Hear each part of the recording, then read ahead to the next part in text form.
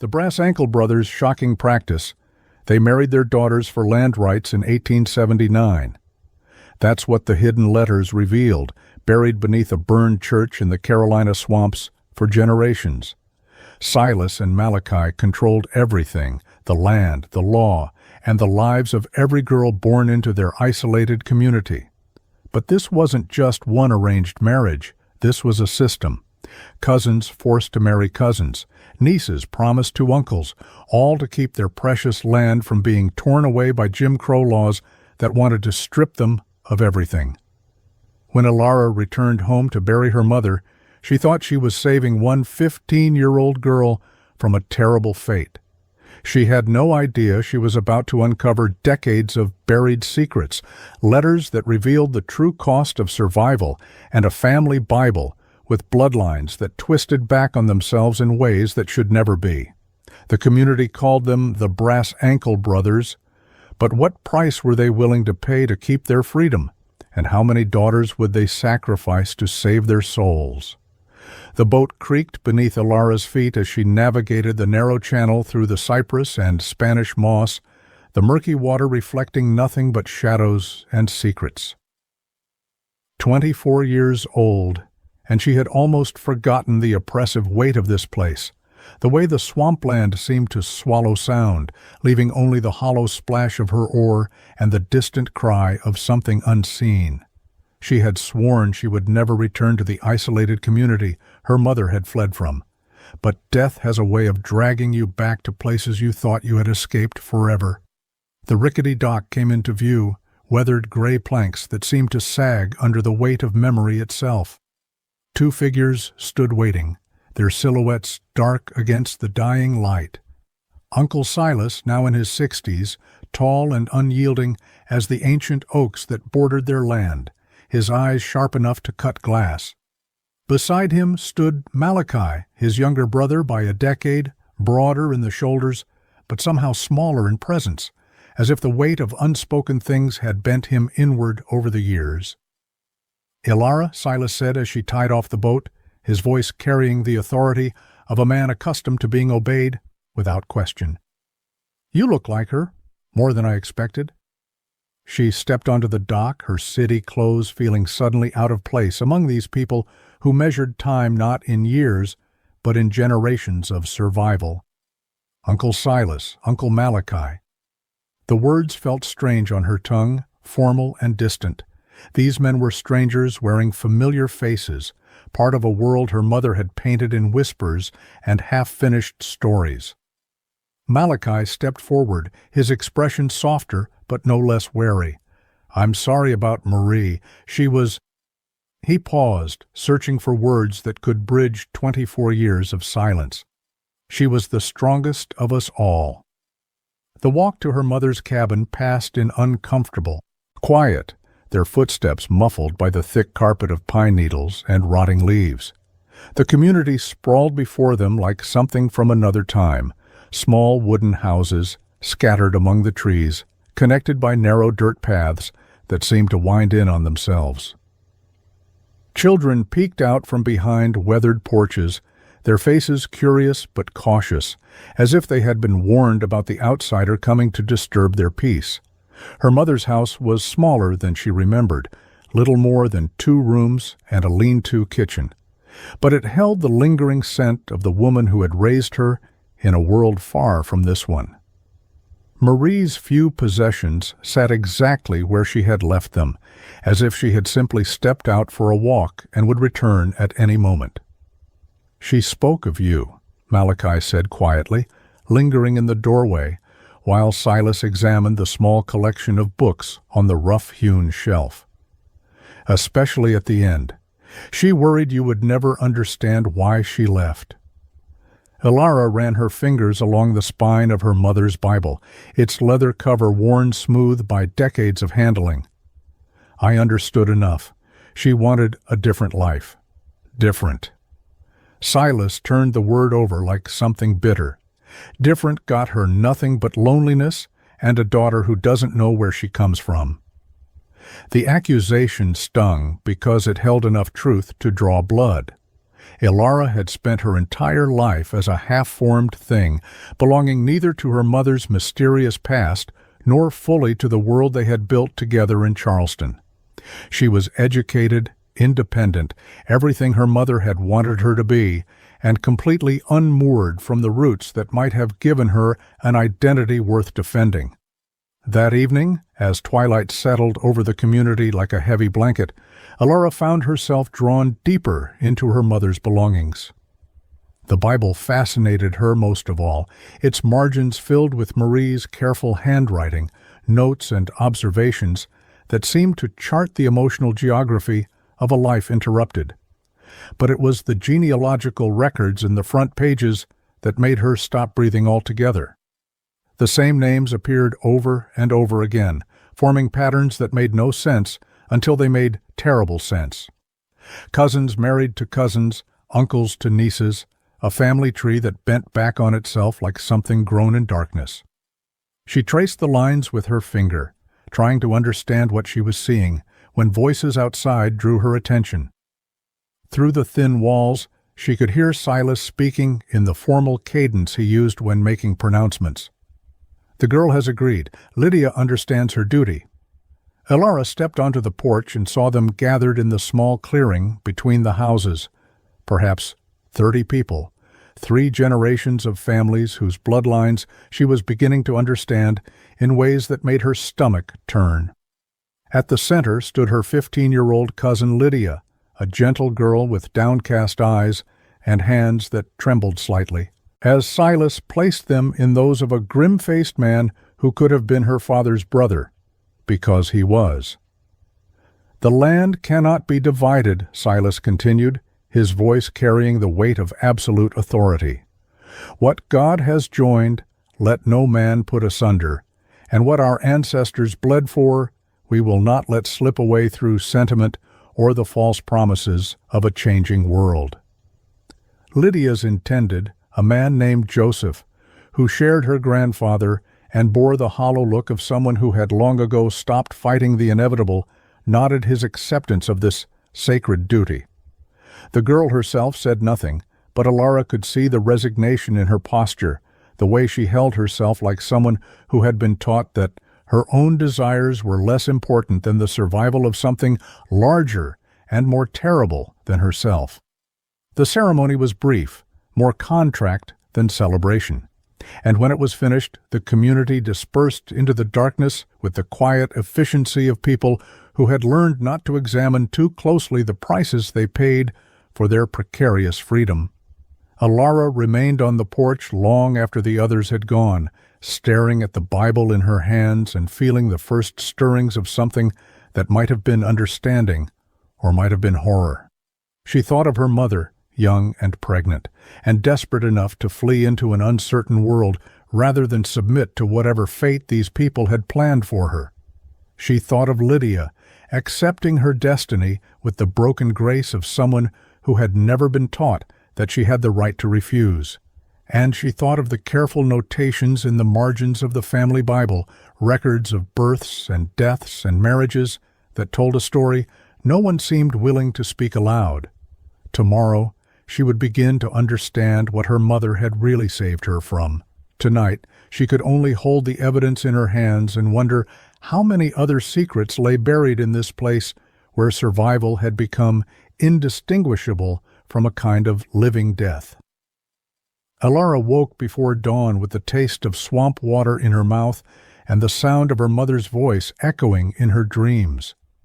The cabin felt smaller in the gray morning light, as if the walls had crept closer during the night, and she found herself gasping for air that seemed too thick to breathe properly. She dressed quickly and made her way to the main house where Silas and Malachi took their morning meal, determined to speak her mind before her courage abandoned her completely. She found them seated at a rough wooden table, sharing coffee black as the water that surrounded their community, and speaking in the low tones of men who had spent decades making decisions other people would have to live with. Silas looked up as she entered, his expression unreadable, but not unwelcoming. "You're up early for a city girl." I need to talk to you about Lydia." The words came out sharper than she had intended, but she pressed forward anyway. "She's 15 years old, a child. What you're asking of her is wrong." Malachi set down his cup with deliberate care, the ceramic making a sound like a small bone breaking. "You don't understand what you're talking about, niece. This isn't about what's easy or what makes us feel good about ourselves. This is about survival." "Survival?" Ilara pulled out a chair and sat down uninvited, meeting their stares with one of her own. "You're talking about forcing a 15-year-old girl to marry her cousin. That's not survival, that's something else entirely." Silas leaned back in his chair, studying her with the patience of a man who had heard this argument before and knew exactly how it would end. "Let me tell you about survival, Ilara. Let me tell you about the world your mother ran to, thinking it would be kinder to her than this place." He stood and walked to the window, gazing out at the land that stretched beyond the cypress trees toward the distant threat of the outside world.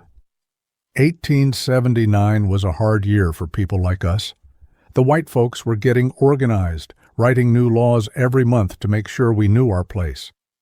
They looked at us and saw something that didn't fit their neat little categories. Too dark to be white, too light to be properly colored, too proud to bow our heads and shuffle when they told us to. Malachi picked up the thread of the story, his voice carrying the weight of old grievances that had calcified into something harder than bone. They came with their papers and their measurements, wanting to decide what we were so they could decide what we deserved. One drop of Negro blood, they said, and everything our grandfathers built would be taken away. Every deed, every contract, every marriage, all of it worthless, because we didn't have the right kind of skin or the right kind of ancestors. "So you decided to keep the bloodline pure," Ilara said, the words feeling like poison on her tongue. "You decided to sacrifice your daughters to keep your land." Silas turned from the window, his eyes hard as flint. "We decided to do what we had to do to stay free. You think the world your mother chose was better? You think those white folks in Charleston looked at her and saw something worthy of respect?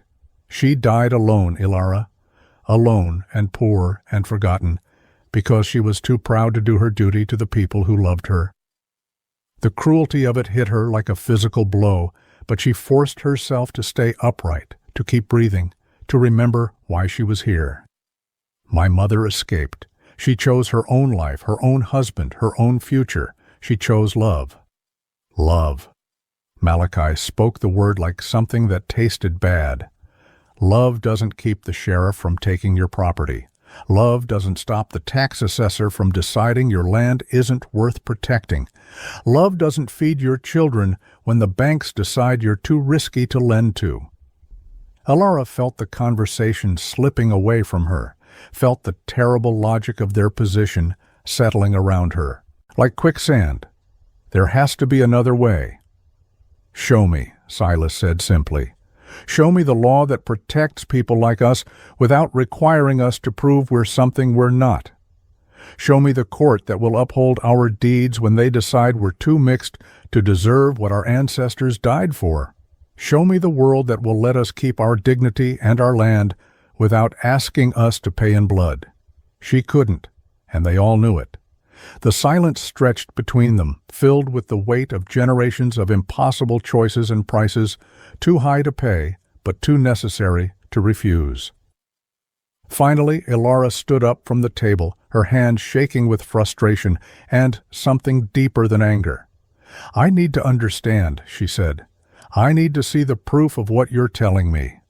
That afternoon, while Silas attended to community business and Malachi worked in the small garden behind the main house, Ilara returned to her mother's cabin and began a more systematic search of her belongings. She pulled every book from the shelf, examined every piece of clothing, lifted every loose floorboard until she found what she was looking for, a small wooden box hidden beneath the bed, wrapped in oilcloth and sealed with wax that had hardened into something like amber. Inside were letters, dozens of them, written in her mother's careful hand, but addressed to no one, and never sent. They told a story that made Ilara's blood run cold, a chronicle of girls like Lydia, who had been promised to cousins and uncles and family friends, all in the name of keeping their bloodlines pure and their land claims intact.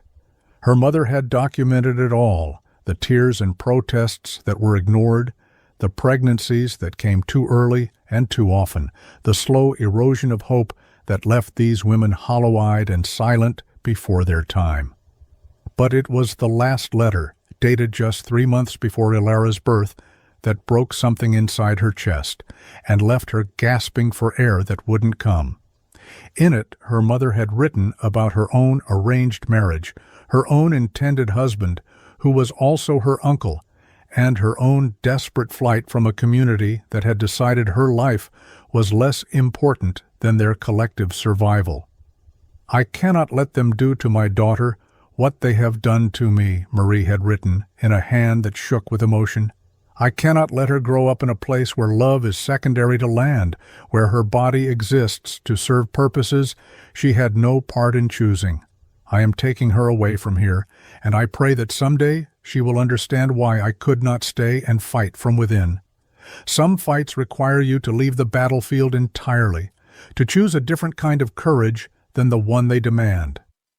Ilara pressed the letter to her chest and wept for the first time since her mother's death, mourning not just the woman who had raised her, but the girl she herself might have been if Marie had chosen differently. As the tears dried on her cheeks, she felt something hardening inside her, a resolve that felt both foreign and familiar, as if her mother's courage was passing through the written words into her own blood. Tomorrow she would go into town and find the county records. She would gather the proof she needed to understand the full scope of what her family had built on the bones of their daughters. And then she would decide what price she was willing to pay to break a cycle that had been grinding through generations of women like grain beneath a millstone. The women of the community moved through their daily routines like sleepwalkers, their faces carefully blank as Ilara approached them one by one, trying to find someone who would speak the truth about what they had all endured. She started with the older women, thinking experience might have bred wisdom, or at least the courage that comes from having nothing left to lose, but they turned away from her questions with the practiced efficiency of people who had learned that survival meant silence. Sarah, who had married her first cousin at 16 and borne 7 children in as many years, simply shook her head and continued hanging laundry on the line stretched between 2 pine trees. "That's not talk for outsiders," she said without looking up. "That's not talk for anyone." Rebecca, whose own marriage to her uncle had produced 3 daughters and a son who bore the unmistakable marks of what happened when bloodlines folded back on themselves too many times, crossed herself when Ilara mentioned the marriage records. "God's will," she whispered, her hands trembling as she kneaded dough for the evening bread. "We don't question God's will in this place." Even Lydia herself seemed unreachable, her gentle eyes sliding away whenever Ilara tried to engage her in conversation about anything deeper than the weather or the upcoming harvest. The girl moved through the community like a ghost preparing for its own haunting, accepting the congratulations and advice of the other women with the resigned grace of someone who had been taught that her feelings were less important than her function. Frustrated by the wall of silence that met her at every turn, Ilara made the decision to seek help beyond the boundaries of their insular world. She took the boat into town, a journey that felt like traveling through time as the cypress swamps gave way to farmland and then to the wooden sidewalks and brick buildings of what passed for civilization in this corner of South Carolina. The town itself seemed caught between the old world and the new, with horse-drawn wagons sharing the dusty streets with the occasional automobile, and men in Confederate gray mixing with others who wore the newer uniforms of a changing political order. The courthouse stood at the center of it all, a monument to law and order that Alara hoped might hold the keys to understanding the legal mechanisms that had trapped her family in their cycle of sanctioned abuse. It was there that she met Dr. Thomas Warren, a man in his 30s whose medical practice had brought him into uncomfortable proximity with the secrets her community worked so hard to hide. He was examining county health records when she introduced herself, and something in his expression shifted when she mentioned where she had come from. "The brass ankle community," he said, setting down his pen and studying her with the careful attention of someone who had been waiting for this conversation for a long time. "I've been wondering when someone from there would come to ask the questions I haven't been allowed to ask." Dr. Warren had been the attending physician for several difficult births and unexplained injuries that had brought women from her community into town over the past few years, and the patterns he had observed troubled him in ways he had been reluctant to discuss with anyone who might actually be in a position to do something about them. The rate of complications, the frequency of certain types of trauma, the ages of the mothers and the apparent ages of the fathers, all of it painted a picture that professional discretion had prevented him from documenting officially. "I can't prove anything," he told her, as they sat in his small office above the pharmacy, speaking in voices barely above a whisper. "But I've seen enough to know that what's happening in your community isn't natural, and it isn't right." Together, they spent the afternoon combing through public records that told a story even more damning than the letters hidden in her mother's trunk. Property deeds, marriage licenses, birth certificates, and tax assessments formed a paper trail that revealed the true scope of the system Silas and Malachi had built to protect their people's land holdings. The pattern was unmistakable once you knew how to look for it. A girl would come of age, typically between 14 and 16, and within months she would be married to a male relative who already owned adjacent property. Immediately following the wedding, new deeds would be filed, consolidating the land holdings, creating larger parcels that were more difficult for outside interests to challenge or subdivide. The marriages weren't just about keeping bloodlines pure, they were about building a legal fortress that could withstand the increasing pressure from white authorities who wanted to reclassify the community as colored and strip them of their property rights. "It's ingenious in its way," Dr. Warren said, his voice heavy with disgust. "They've found a loophole in the law that protects them from having their land taken, but the cost—" He gestured at the stack of birth certificates that documented pregnancies that had come too close together, children born with complications that suggested too much shared genetic material, women who had died in childbirth at rates far higher than the surrounding population. "The cost is the girls," Alara finished, feeling something cold settle in her stomach. "They're treating their own daughters like property to be traded."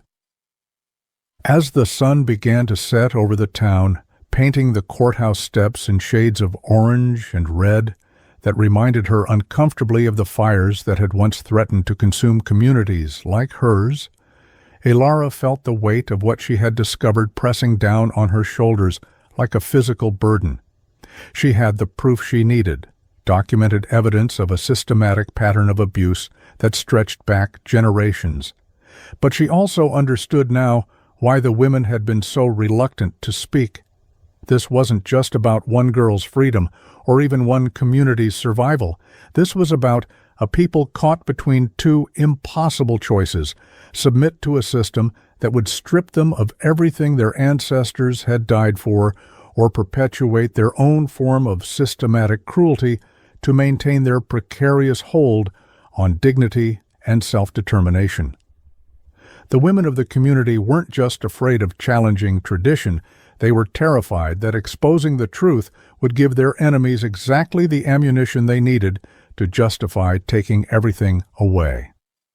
Dr. Warren walked her to the dock where her boat waited, his expression troubled. "What will you do with what you've learned?" Alara looked out across the dark water that would carry her back to a community that had chosen survival over morality, back to people who had paid prices she was only beginning to understand. "I don't know," she admitted, "but I know I can't pretend I haven't seen it." As she paddled through the gathering darkness, guided by instinct and the distant glow of lanterns that marked the boundaries of her ancestral home, Ilara felt the isolation settling around her like a shroud. She was no longer just an outsider returning to bury her mother. She was a threat to everything these people had built, carrying knowledge that could destroy them as surely as any outside enemy. The women who had refused to speak to her hadn't been protecting a tradition.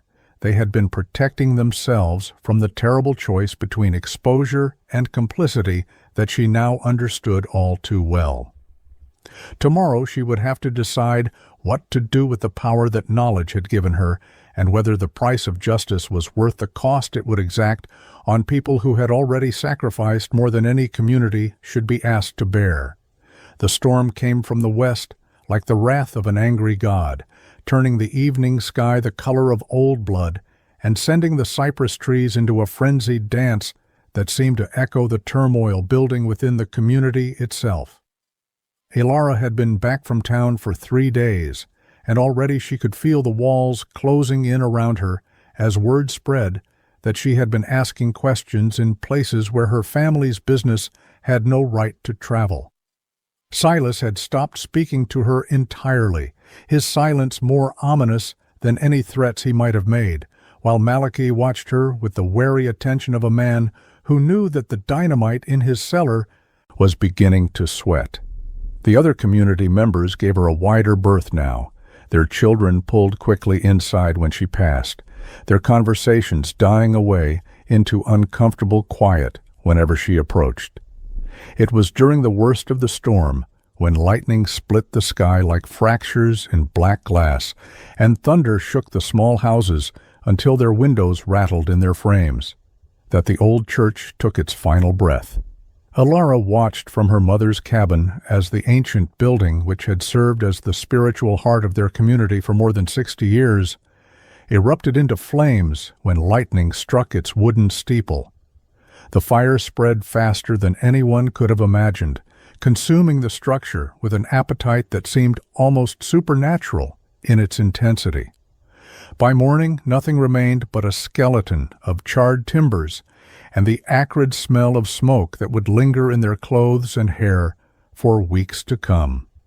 The community gathered in the ruins like mourners at a funeral, poking through the ashes with the desperate hope of salvaging something meaningful from the destruction, when Malachi's shovel struck something solid beneath the collapsed floor of what had once been the pastor's study. The wooden chest was waterlogged and warped, its brass fittings green with age and corrosion, but the oilcloth wrapping had protected its contents from both fire and flood. When they pried it open, the smell that escaped was of old paper and